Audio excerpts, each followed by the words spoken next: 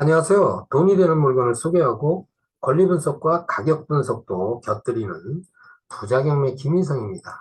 국토교통부 실거래가에서 매우 확인했기 때문에 이건 팩트죠. 해서 이 물건은 최소 실거래가 예상만으로 봐도 시세 차익이 3억 이상은 그대로 확보하는 위성에서 보는 오늘의 물건 지리적 위치와 주변 환경입니다. 주소지는 서울특별시 관악구 신림동 618-4 소재한 수익형 물건 다가구 주택입니다. 인프라가 잘 갖춰진 살기가 편리한 주택가입니다.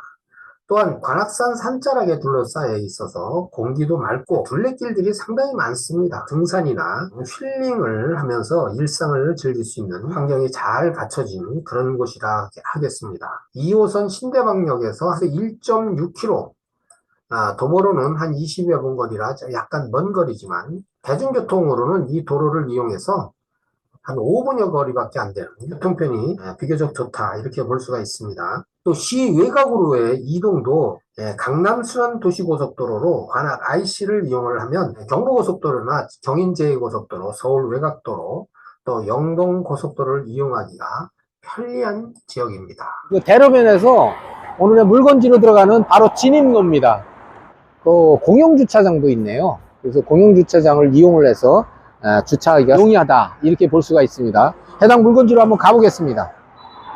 도로 폭이 한 5m 정도 되는 도로라 차량 다니는 데는 그렇게 큰 불편함이 없다 이렇게 보입니다. 건물 상태 상당히 깨끗합니다. 한번 계단으로 들어가 볼까요? 그 표기상은 1층으로 되어 있는데 반지하로 된 부분입니다. 관리도 지금 되고 있네요. 청소 방문 일지. 그래서 보시다시피 계단이고 벽이고 관리가 잘 된 거를 보이죠. 여기 3층, 여기 4층 한가구로 되어 있죠. 옥상이 상당히 깨끗하네요. 방수도 뭐 잘 돼 있는 그런 상태로 보입니다. 오늘의 물건이죠. 전면에 이제 화강석으로 마무리를 했고, 뭐 한마디로 제대로 진 집이다 이렇게 보면 되겠습니다. 도로폭은 좁아서 조금 불편하지만 차량 통행은 어렵지 않다 이렇게 볼 수가 있고요. 구조도를 한번 자세히 보면은 이 부분이 이제 반지하 원룸 세 가구로 형성되어 있는데 권리는 미신고됐습니다. 1층 원룸 두 가구, 이 부분이 2층의 원룸 두 가구, 이 3층은 방이 3칸입니다. 그래서 주인이 거주하면서 수익을 발생시킬 수 있는 구조이기도 합니다. 그래서 3층은 3룸이 한 가구. 그래서 이 물건은 3룸 한 가구에 원룸 7가구, 총 합이 8가구를 지금 세를 놓고 있는 그런 물건입니다. 요 반지하 1층, 지상 2층, 지상 3층, 지상 1층. 이 옥탑에는요, 동그란 원포시한 부분이 제시의 건물이지만 매각대금에 포함되어 있고, 뭐 일반 건축물 내용도 아닙니다. 이 부분은 이제 보일러실로 이용하는 그런 부분도 되겠습니다. 경매 사건을 검색해 보겠습니다. 여기 이제 대법원 경매 정보지에서 나와 있는 내용을 가지고 확인을 해보면, 자, 사건 번호는 2021타경 107412 서울중앙지방법원에서 이제 진행을 하고요. 물건은 대지가 45.07평, 건물 연면적이 지하 1층에 지상 3층 옥탑까지 포함해서 93.71평입니다. 땅 면적이 적은 데 비해서 죽지 않은 건축 면적을 확보를 했네요. 최초 매각 가격이 14억 9,300, 8,520원에 시작을 해서 이번 차수에 3회차입니다. 2022년 11월 2일 날 서울중앙지방법원에서 9억 5,552만 6천원, 64%죠. 감정가격에 이 가격으로 이제 진행을 하는 그런 물건입니다. 또 일괄매각 제시의 건물 포함됐다고 그랬죠. 옥탑에 보일러실이 포함된 그런 부분입니다. 건축물 관리대장상의 위반 내용은 없고요. 여기 이제 지하 1층, 지상 3층으로 다중주택이라고 표기가 돼 있죠. 그래서 다가구하고 다중주택은 그 내부 구조가 살짝 다른 거를 이제 우리가 학습을 통해서 확인을 했죠. 사용 승인일은 2016년 11월 4일, 한 6년 정도 된 새 건물이죠. 감정평가서의 감정금액은 14억 9,300, 8,520원이고요. 감정 시점은 2021년 8월 25일, 1년이 좀 넘었네요. 이 물건은 또 토지하고 건물 제시의 건물이 매각대금에 포함된 것을 우리가 이제 확인을 합니다. 매각물건 명세서를 보니까 이제 최선순위 설정, 말소기준 권리죠. 2017년 4월 26일자 근저당이 말소기준 권리고요. 여기서 전입일자를 보니까 세입자들이 전부 다 후순위입니다. 그래서 이 후순위들은 이제 말소가 되고요. 인수되는 부분이 없고요. 8세대 중 주민등록상 전입세대는 6세대로 확인이 되고요. 임차인 전부 후순위로 인도명령 대상자입니다. 인도 소송 대상자가 없다는 얘기죠. 그만큼 좀 손쉽다 이렇게 보면 되겠습니다. 임차보증은 5가구 신고 총액이 7억 8,500만 원에 상당합니다. 그래서 3세대는 미신고가 된 상황으로 지금 파악이 되고요.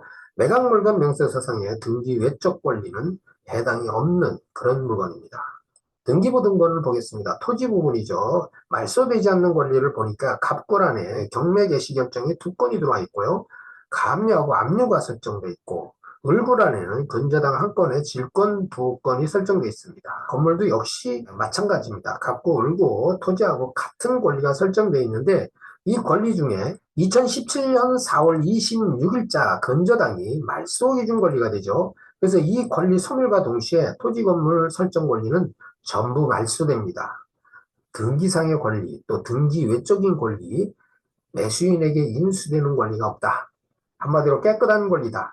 국토교통부 실거래가를 한번 분석을 해볼까요? 관악구 신림동 일대 2022년도에 거래 사례입니다. 이거 신고된 금액입니다. 그래서 이게 올 1월부터 현재까지 거래된 내용인데 1월달부터 보겠습니다. 1월달이라 그러면 2022년 1월달부터 금리가 1%대의 금리를 마감하고 1% 이상으로 올라가는 그런 시점에도 이렇게 거래가 활발하게 이루어졌습니다. 그 뭐 20억, 뭐 13억, 12억, 39억 8천, 16억, 13억 4천, 14억 6천 이 정도 금액 나가는 건 전부 다 다가구로 토지 면적 대비해서 평균 3천만 원대에 이제 거래됐다 이렇게 보면 되고요. 금액이 작은 거는 이제 단독주택이죠. 자, 이게 이제 2월 달에 거래된 내용입니다. 2월 달에는 1월보다 더 거래가 많습니다. 금리는 오르고 아파트 가격은 떨어진다고 그러는데도 불구하고 실거래 가격은 이렇게 거래가 되고 있습니다. 요건 3월 달입니다. 3월 달에는 더 많습니다. 3월에는 금리가 1.25%를 지금 치솟으면서 1.5%까지 올라가는 그런 시점에 금리가 더 올라가고 있는데도 이 지역에는 단독주택과 다가구 주택 생이 이렇게 거래가 활발하게 이루어진 걸 우리가 확인합니다. 이건 3월 달입니다. 3월 달에는 더 거래가 많습니다. 이거 4월 달이네요. 자, 5월 달 볼까요? 5월 달에도 뭐 거래가 엄청납니다. 6월 달에도 거래가 많고 7월 달 7월 달에는 더 많네요. 8월 달에는 8월 달, 9월 달, 8월 달, 7월 달, 6월 달 아주 피크를 치네요. 이 시절에는 이미 금리가 2.25%를 이미 상회한 엄청난 고금리에 아파트가 폭락하는 그런 시점인데 이렇게 거래가 활발하게 이루어졌습니다. 무엇을 의미하느냐? 아파트만 부동산이 아니란 얘기죠. 아파트가 떨어진다고 해서 다른 부동산까지 일괄적으로 떨어지는 논리는 맞지 않다. 이렇게 있으며 거래 사례를 보면 알겠습니다. 자, 그러면 매물 현황도 한번 볼까요?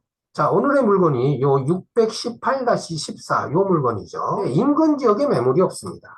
결론은 매물이 나오면 금방금방 팔린다. 그런 이제 그 분석도 되겠습니다.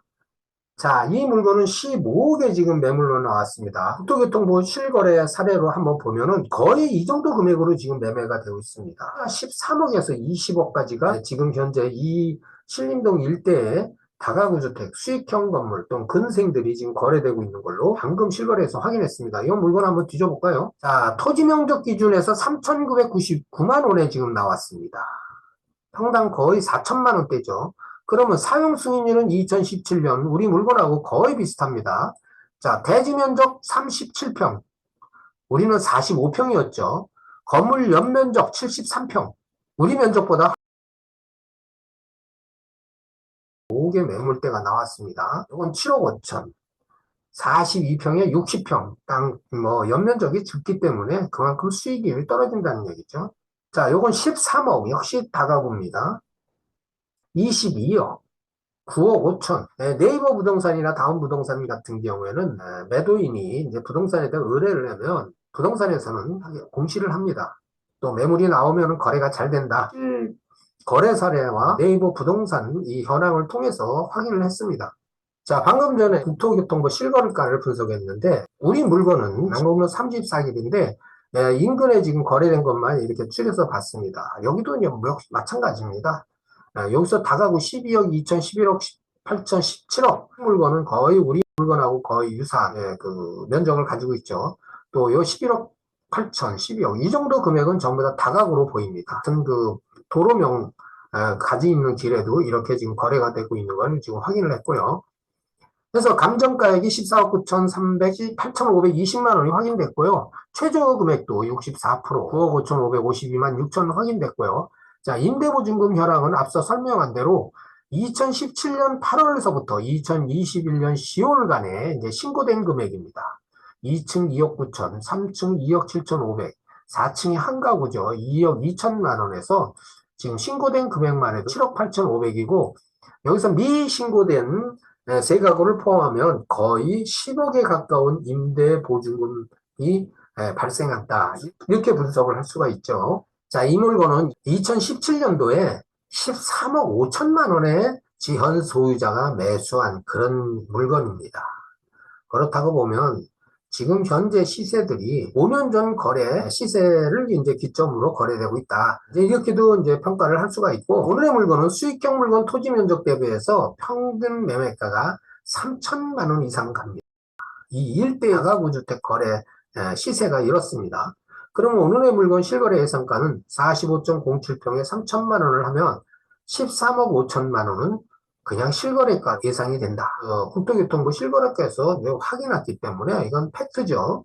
해서 이 물건은 최소 실거래가 예상만으로 봐도 시세 차익이 3억 이상은 그대로 확보하는 대박 물건이라고 할 수가 있죠. 지금까지 물건 분석과 임차인 분석, 또 등기 내외적 분석, 가격 분석까지 이제 실거래가를 위주로 이렇게 분석을 해봤습니다. 이제 오늘의 물건에 대해서 입찰을 예상하거나 관심이 있는 분들은 지금까지 설명한 그런 분석 내용을 참고로 삼아서 현장 답사를 통해서 다시 한번 임대 시세와 거래 시세를 잘 파악을 해서 좋은 가격에 입찰하기를 기대합니다.